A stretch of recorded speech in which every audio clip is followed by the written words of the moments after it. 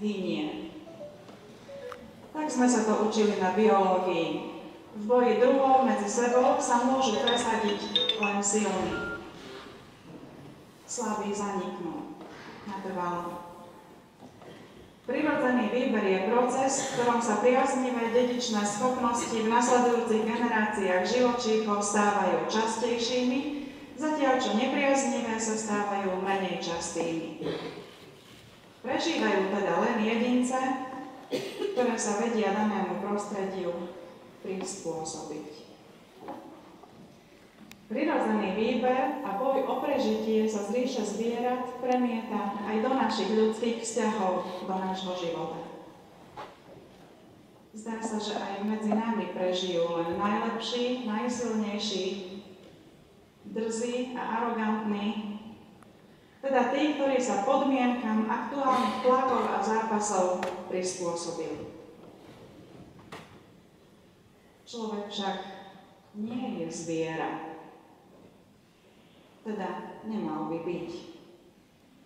Boh ho stvoril na svoj obraz. Zveril mu stvorený svet, aby ho pretváral, podmaňoval, ale si ho aj chránil. Zveril nám jeden druhého.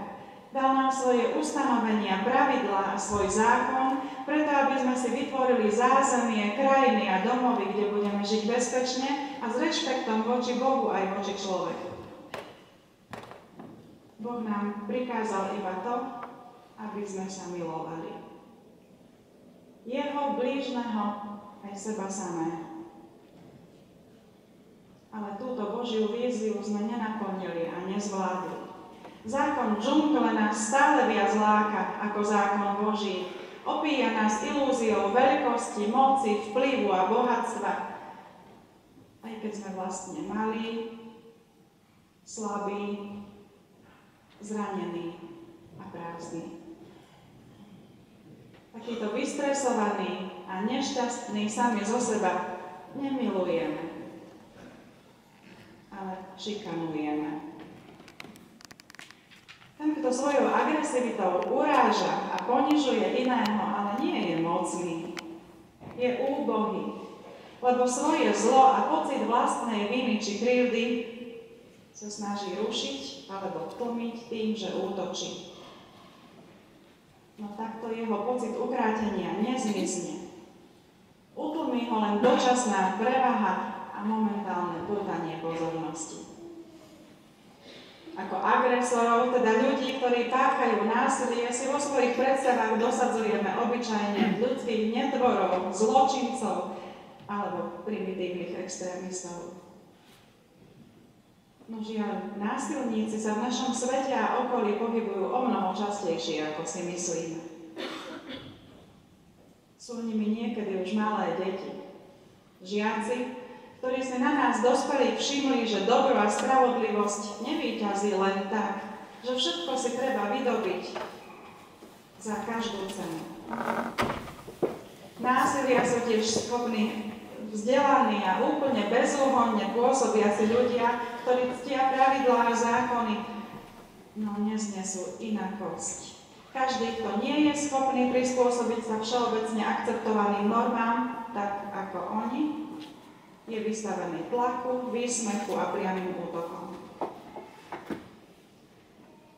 Bratia a sestry, dnes sa od nás všetkých žiada, aby sme boli výkonní, ale nikoho neprevýšili a nevyčnievali. Mali veľa skúseností, ale ostali mladí.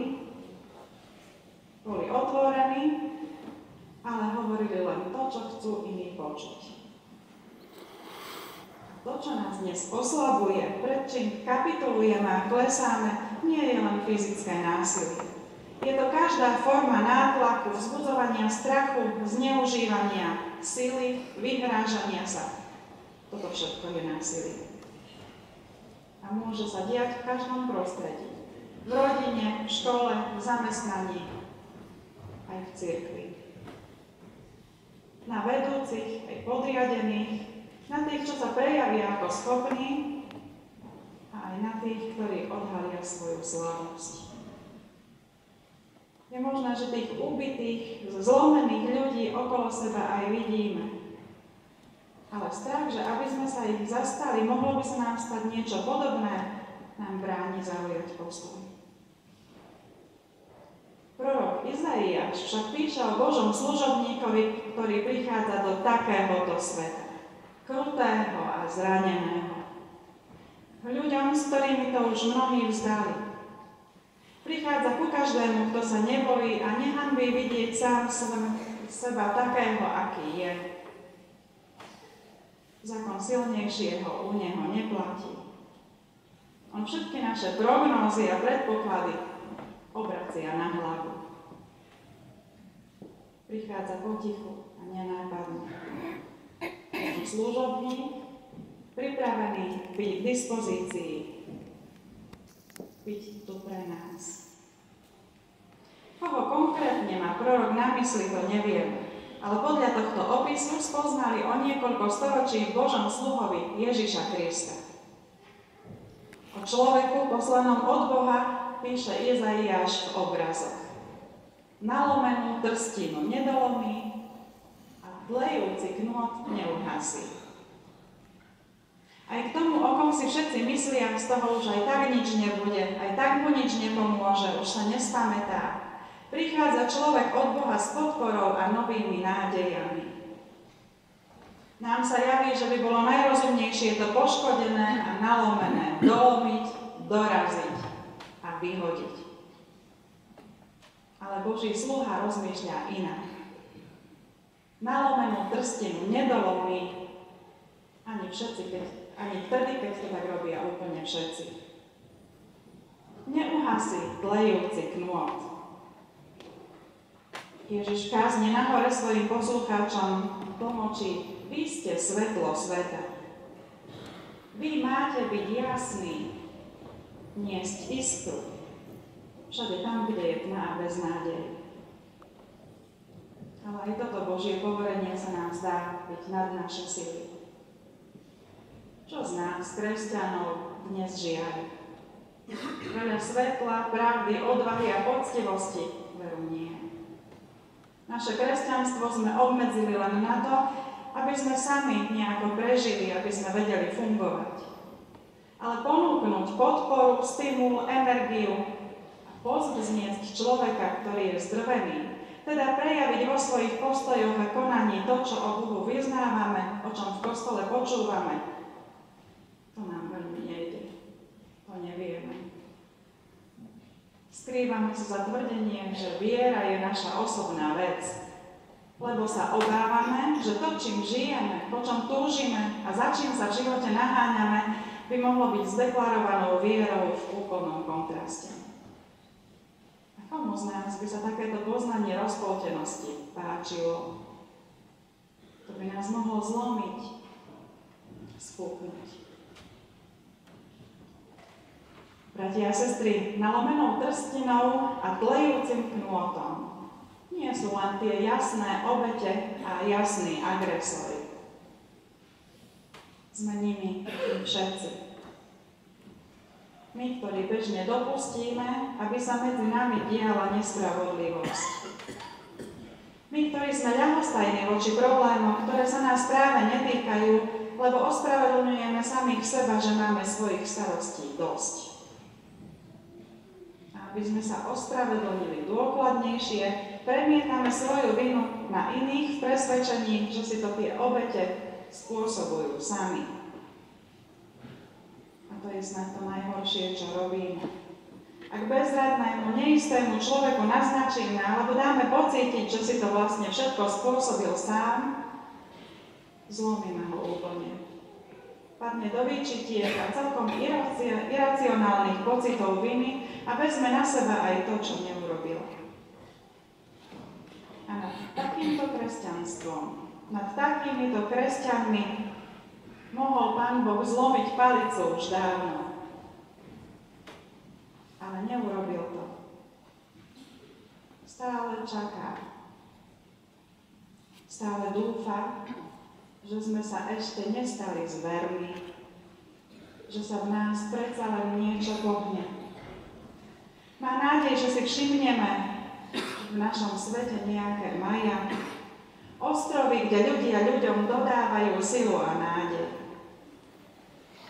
Tí ľudia, ktorí sa starajú o obete rôznych typov násilia, potrebujú našu podporu. Morálnu, modlitebnú, ale aj finančnú. Aj o tom je totiž naše kresťanstvo.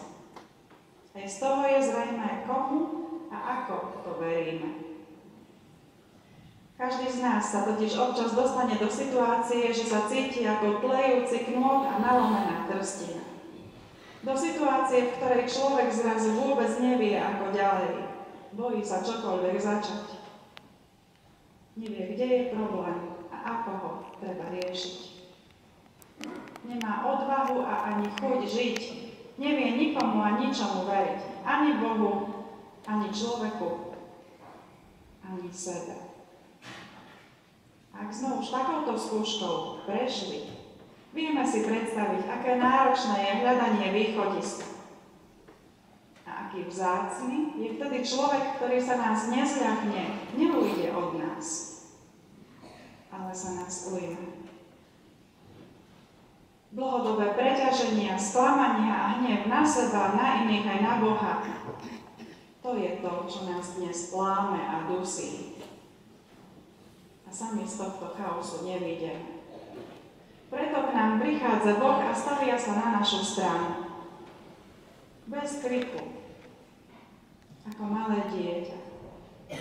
Ako bezmocný sluha, aj ako Boží baránok, ktorý berie na seba všetku vinu sveta. Prináša novú dôstojnosť. Nezlyhá a nestratí odvahu ani pod hrozbou utrpenia a smrti. To je cesta, ktorou vedie každého, kto sa odváži byť ako on.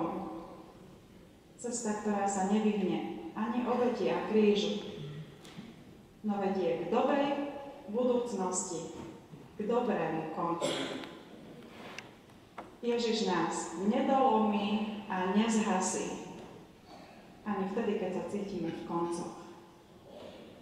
Nájde s nami a pre nás východisko a novú šancu.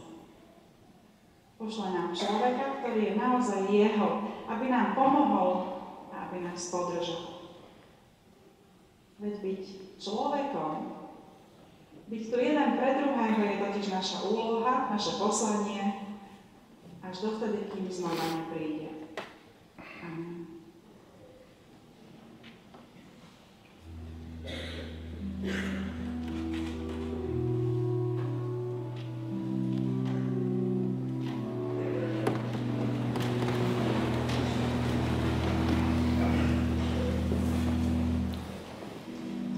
Srdcia naše,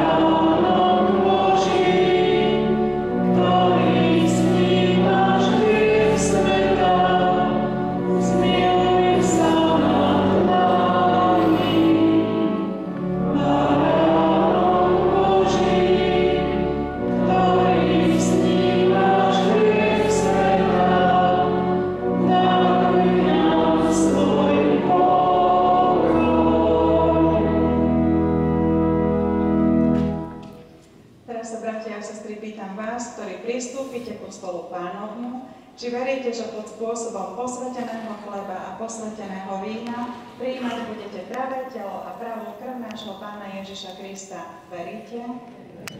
Nech vás Pán Ježiš Kristus uistí a utvrdí v tejto vašej viere.